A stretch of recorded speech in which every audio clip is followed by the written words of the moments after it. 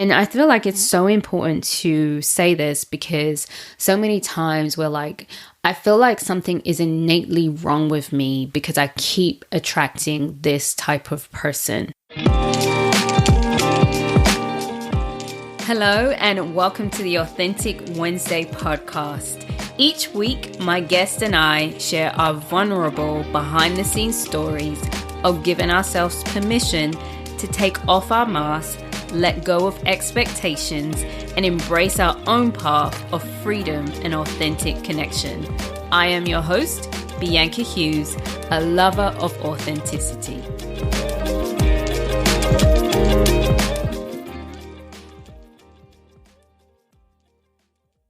Hello and welcome to the Authentic Wednesday podcast. I am your host, Bianca Hughes. Welcome, welcome, welcome. It is a pleasure to have you here and tuning into the podcast. So it's me on the podcast today. So this one will be short and sweet. And as always, when I share on this single episode or it's just me, it's either about an experience I had recently, in the past, but really wanting to be authentic and share my story or ways that I'm learning more about authenticity. It is episode 61 of the podcast. So let's go ahead and get into what I want to share today. This is really stemmed from a conversation I was having, and I just realized that sometimes maybe you can relate to this now, that you do this now or in the past, or you know someone who does this, but perhaps you might be someone saying something like, why do I keep attracting the wrong person? I keep attracting this type of person. Something is wrong with me. And so I was having this conversation with someone about that. And I was really just saying that it's not so much about what we attract, but what we allow. So what do I mean by that? And in particular, we're talking about romantic relationships. So, I can attract, I'm a woman, I like men, I'm attracted to men. So I could be with a friend and we can both attract the same person. And then as we're talking to this person, maybe we met them at the same time or a different time, I can continue talking to this person, or I can stop, and so can my friend.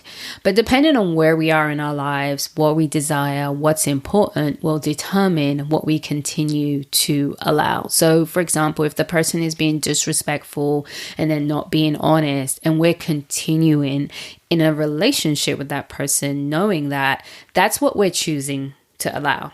Now, sometimes we do that subconsciously. Sometimes it is conscious, right? So that's what I mean by the difference between attracting versus allowing. And I feel like it's so important to say this because so many times we're like, I feel like something is innately wrong with me because I keep attracting this type of person. And what I wanted to say, or what I want to say is kind of like what I mentioned, is that it's more about what are we choosing? What are our boundaries, or what not are our boundaries? What are our values? And sometimes we don't realize what our values are. And there's also the thing of like, do we feel like, or do we believe that we can have better, or that we even deserve better? But if you're even just having that question, or you've had that question, like, why do I keep attracting, something's wrong with me? That's probably an indication that you do want something to change. And so it's not so much about asking yourself, what am I attracting, but more about what am I allowing? I like to give the example of, I've been there. I don't know about you, but I know when I've been with someone or dated someone, shall I say, been with someone or dated someone, and I knew I didn't need to keep dating them. I knew I'd compromised. I knew I'd cut corners, perhaps because they were just so fine, so attractive, and there was just something about them that I just couldn't let go. However, they really were not the best person for me, in sense maybe they never treated me right, they weren't respectful, or they didn't bring out the best in me, right? So there's But there was something within me that was continuing to allow this treatment, continuing to be with this person, because of course I was focusing on all this other stuff. And so what I like to say about that is sometimes our chooser may be off, or it needs tweaking in, or we just need to sit back and ask ourselves these questions about, well, I like this about this person, but maybe not this. Like, what do I want? And what do I believe is possible? I think that's a very good question to also ask, because if we don't believe we can have better, or this is all we deserve, then we will continue to allow those things from the people that, we attract. And then we can attract them, and then we continue to allow those behaviors or those treatments that don't make us feel good. So that's another thing to think about. Not just what are you allowing, but do you believe you deserve better? Do you believe you can have better? Do you believe that you're worthy of this thing? I think that's something to also sit with too.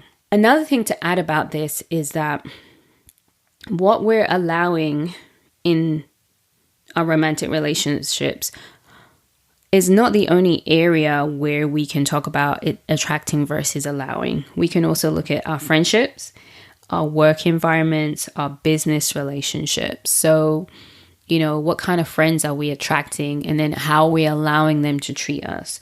What kind of a work environments are we drawn to? And then why do we stay there when we know it's toxic? What kind of business relationships are we developing? And then when they turn sour, we still hold on to them. So I hope that kind of makes sense of like looking at different areas of not just about, okay, we attracted this, but why am I continuing to engage in this? Why am I continuing? What makes me continue to accept that?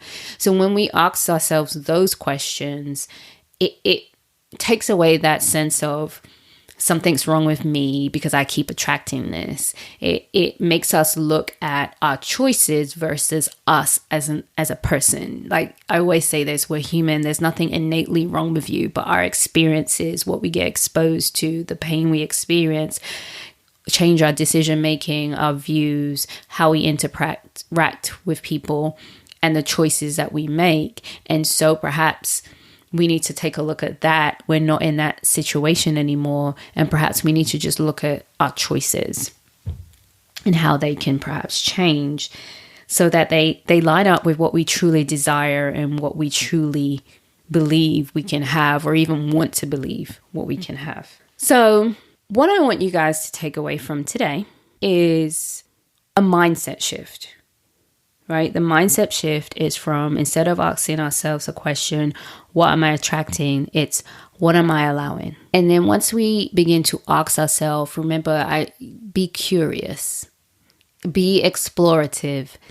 Sometimes it helps to talk to yourself in the third person. So instead of saying, what am I allowing? I'll be like, Bianca, what makes you do that? So, I kind of step away and kind of look from a different perspective. And so once we're asking ourselves that question, we can also begin to ask the question, well, what do I desire?